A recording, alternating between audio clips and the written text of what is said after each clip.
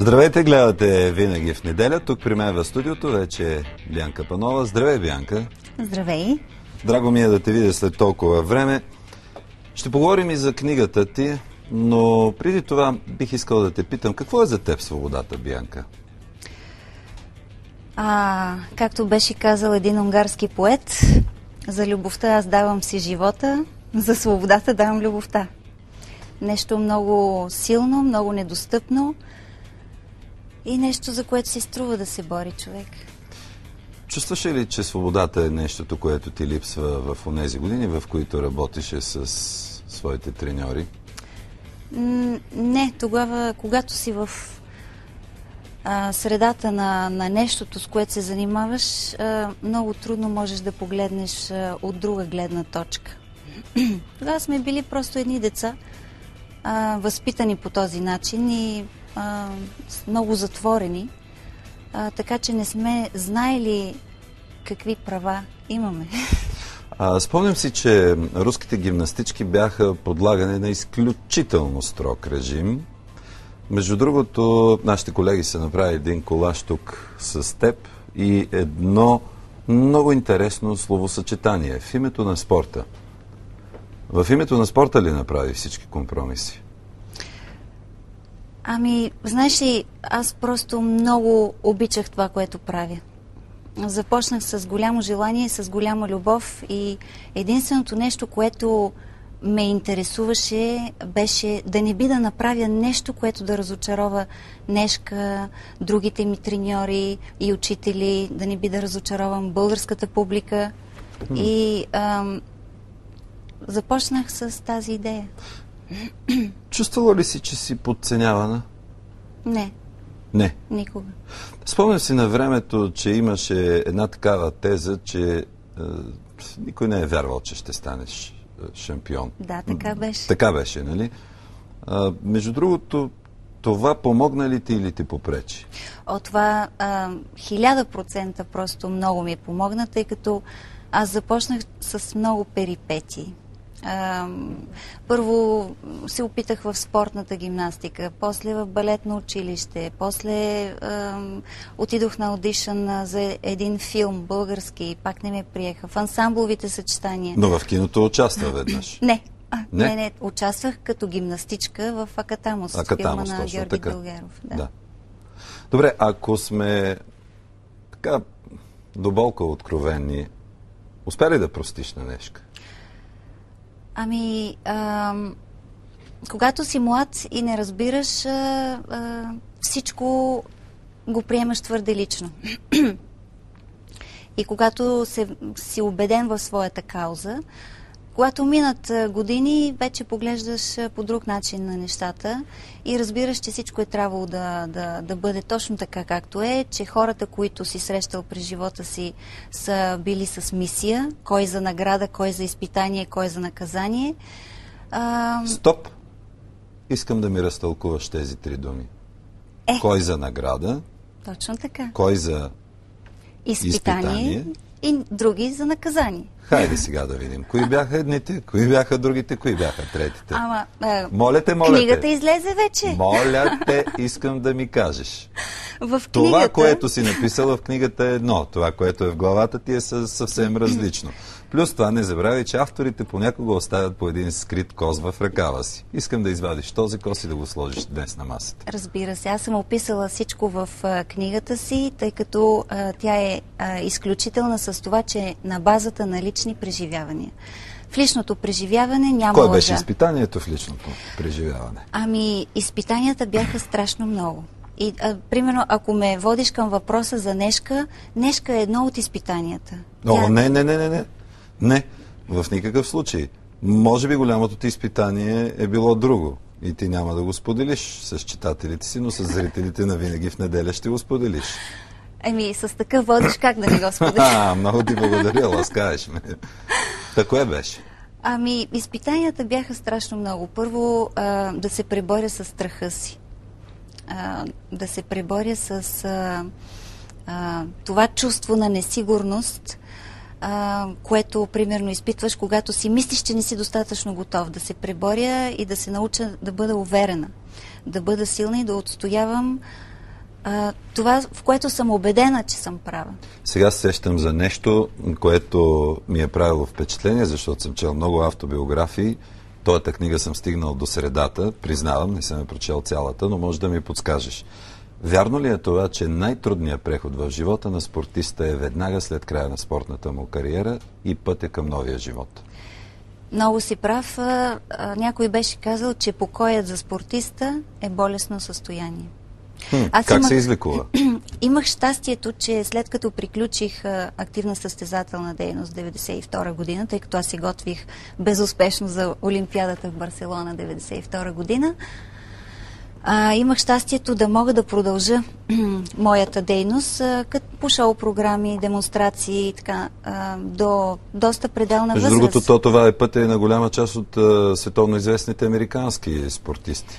Ами това ме спаси, тъй като аз с съпруга ми напуснахме България 90-та година и имах възможност да правя много креативни неща. Участвала съм с много интересни хора по различни шоу-програми, което пък много ме обогати.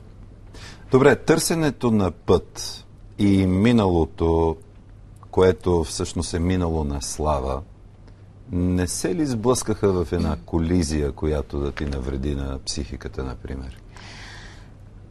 Не бих казала. Бих казала, че така съдбата ме защити от тази колизия. Да. Ами, роди ме мамо с късмет и ме хвърли. Точно така, точно така. Но имах щастието да среща съпруга ми, доктор Чавдар Нинов, който пък ми даде абсолютно друга визия за нещата. И не беше лесно, в интерес на истината. Как отметна коса, когато говори за съпруга си. Тази Бианка, голяма любов. Това ли е голямата любов? Да. Това е. Това е голямата любов. Тя е описана отчасти в книжката. Правя втора книга. Като каза прави, си помислих, че ще кажеш правим трето дете. Ами, никой не е късно. Знае ли човек? Да, наистина. Старата поговорка човек е толкова голям, колко са големи мечтите му, в твоя случай като че ли е валидна? Ами, човек престава да е човек, когато спре да мечтае. И аз съм имала такива моменти на депресия, примерно след Сеул 88 година, след като се роди сина ми, просто изпаднах в една такава ситуация, която забравих за себе си. Сеул беше четвърта в многобоя. В Сеул бях четвърта. Да. Това беше трагедия за мен и за спорта въобще. Има и моменти, в които си била на ръба. Всъщност те остават винаги скрити, като че ли, Бианка, тези моменти. Това ли са моментите зад кадър, за които ще прочетем в книгата ти? Ами, да. Всъщност, едно време беше голяма гордост да се наречеш златно момиче, но хората знаят само едната страна на нещата. Те виждат триумфа, радостта, гордостта. Винаги медала си има и друга страна и аз съм се опитала да го покажа в книжката. Но книгата е много позитивна, защото за млади хора, които се занимават с спорт и не само, които търсят пътя си в живота, могат да извлекат полезни съвети. Примерно това, че всички знаем, че нещата в света се влияят от 2 или 3 неща. Страх, любов, секс или може би пари. Бих казала, може би пари. Ако поговорим за първите 2-3, как ги преодоляваш? Ами, страх и любов. В книгата си пише, че любовта е по-силна от омразата, че с любов се постига много повече неща, отколкото с страх. И затова мисля, че книжката носи позитивни послания. Най-силното оръжие, казват някои. Петия елемент.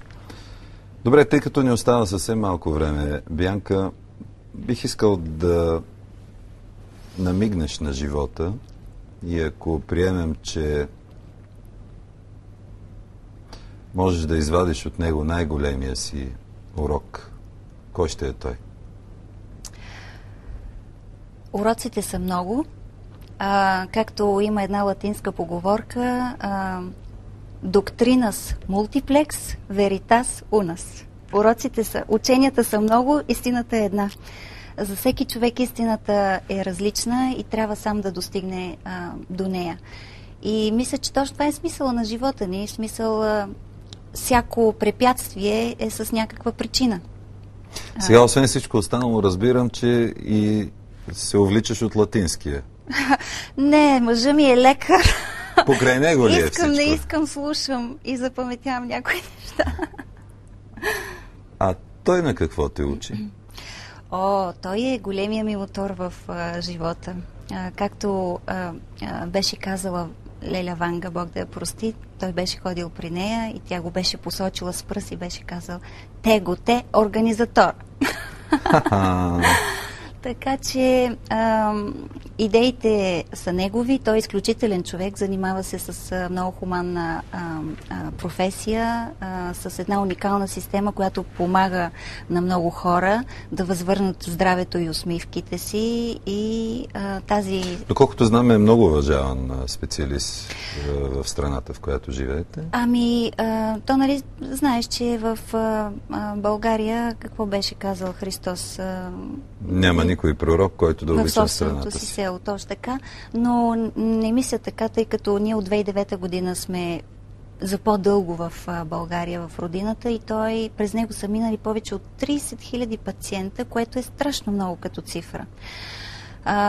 И сега идеята е да се разпространи това нещо, за да се обучат кадри, специалисти, лекари на тази система, тъй като тя е уникална. Отвори една скоба, съвсем накратко. Отвори една скоба.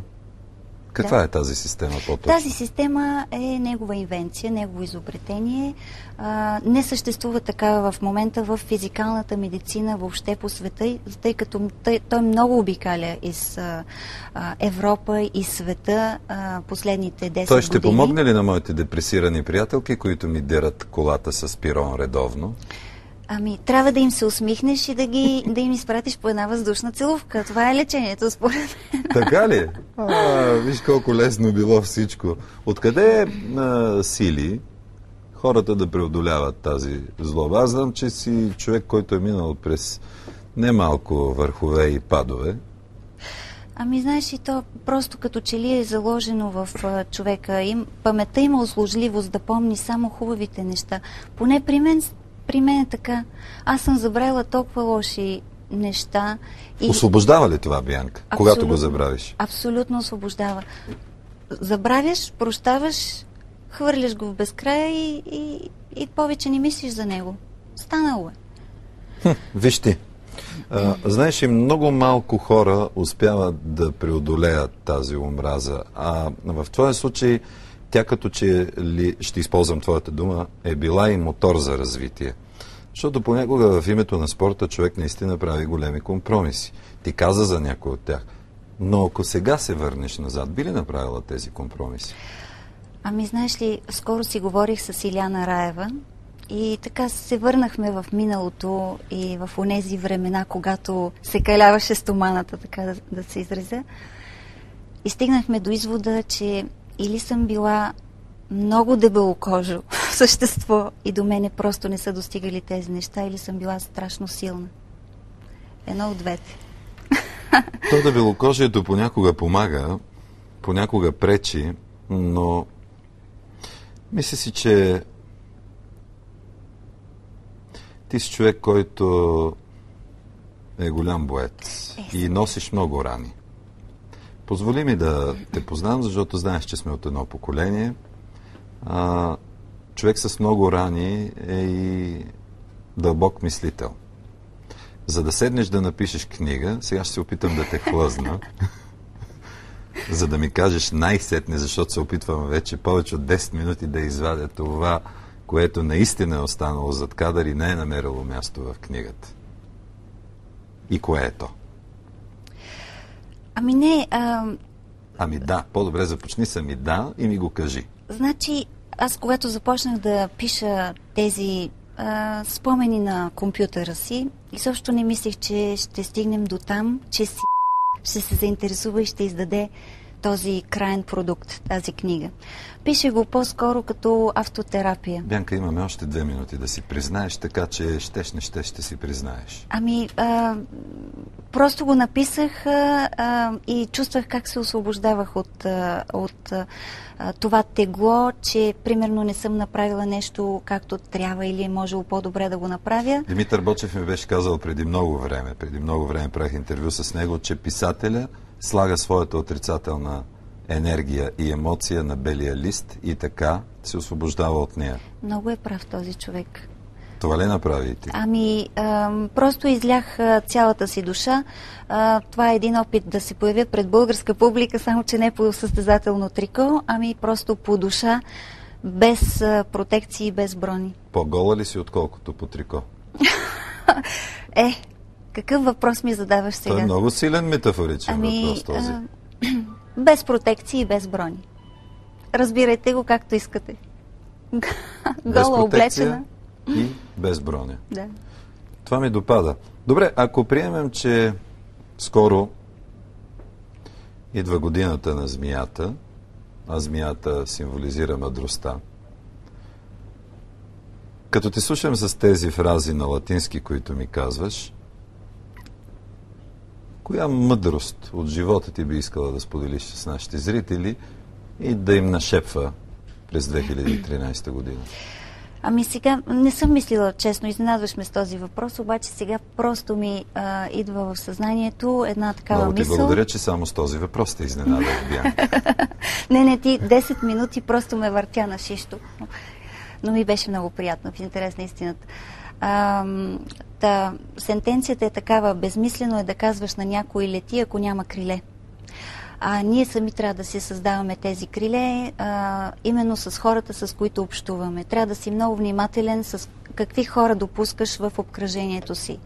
Защото има хора, които те зареждат, които ти дават мотивация, които те карат да бъдеш това, което си. И аз съм много щастлива, че тук в България намерих приятели, които ми дават криле. Бянка, пожелавам ти да имаш едно топло и красиво Рождество Христово. Благодаря ти за това участие в Винаги в неделя. Останете с нас. Продължаваме след малко.